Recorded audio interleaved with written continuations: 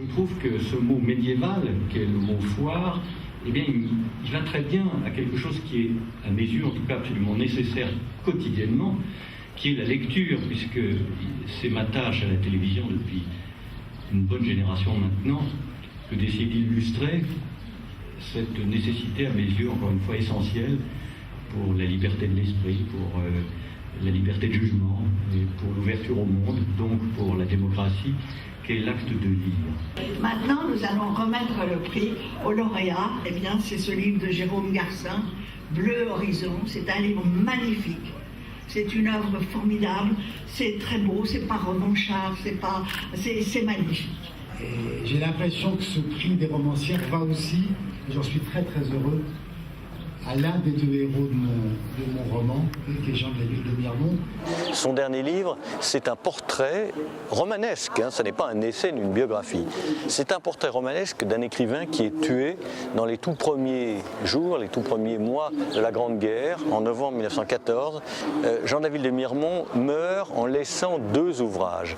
Un recueil de poèmes inédits, très beau, L'horizon chimérique, mais surtout un très court roman que Jérôme Garcin qualifie à très juste titre de moderne et qui s'appelle Les Dimanches de Jean Désert. Je fais de ce Jean de la ville de Miremont un des personnages de mon roman en lui inventant un frère d'armes qu'il aurait rencontré dans les tranchées. Jean de la ville de Miremont était un écrivain mort au front, mort au combat, et je trouvais que c'était aussi une manière pour le centenaire de la Grande Guerre de rappeler aussi le rôle tenu par les écrivains dans cet enfer, cette boucherie qui a été la Grande Guerre.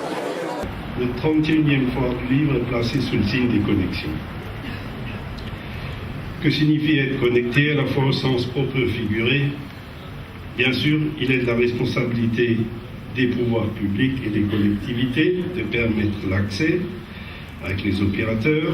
Une fois ces connexions physiques réalisées, surgissent évidemment les questions à propos de la diffusion culturelle. Quel sera le contenu diffusé? Qui en seront les bénéficiaires? Que voulons-nous susciter en eux? Vaste débat, mais finalement les enjeux demeurent. La pénétration du livre numérique en France reste très marginale et que l'industrie du livre lui-même, elle est tout à fait prospère. Le livre demeure le premier objet culturel en termes de chiffre d'affaires. C'est-à-dire que je ne le crois vraiment pas en péril.